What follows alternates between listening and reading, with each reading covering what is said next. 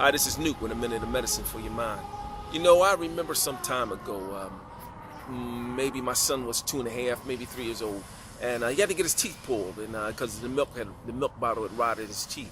And the night before, I had to give him some medicine to get him ready for the extraction the next day. And I gave him the medicine. My friend and I, my friend who's passed now, we sat on the floor and was playing with him and his sister, and he crawled up in my lap, and I remember the look in his eyes. His bright eyes looked up at me. He crawled up like this was a safe place, a place where he belonged, a place he should be. The next day, he took him to the dentist and got his teeth pulled. And right before the dentist started to do his work, he looked at me and said, "Daddy, is it going to be okay?" And I said, "It's going to be okay. I'm right here."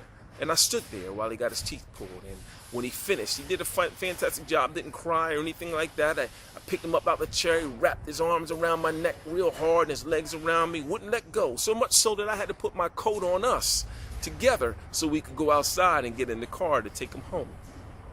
So that's a time when I knew that I was in the right place at the right time, doing exactly what I was supposed to do.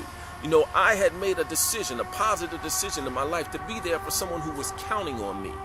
And I remembered that when I would find myself in those dark rooms where I was spending all my money, putting stuff in my body, afraid to leave out the chair, you know, afraid to go to the bathroom. When my money was gone, they wanted me to leave, but I was afraid to leave because I didn't want to go back to those who knew that I was doing something negative, but they were really positive. So in essence, I was doing as my cousin had told me years ago, I was just chasing my tail.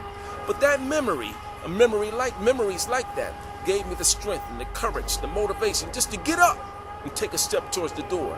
And here I am, years later, doing well. And him, years later, 20-some years old now, starting his own family, embarking upon his own career. So what's my point for you today? My point for you today is quite simple. Store your high points. Store your successes and your wins. Keep them in your memory banks, because you're going to need to draw on them when life's ups and downs come. This is New with a minute of medicine for your mind.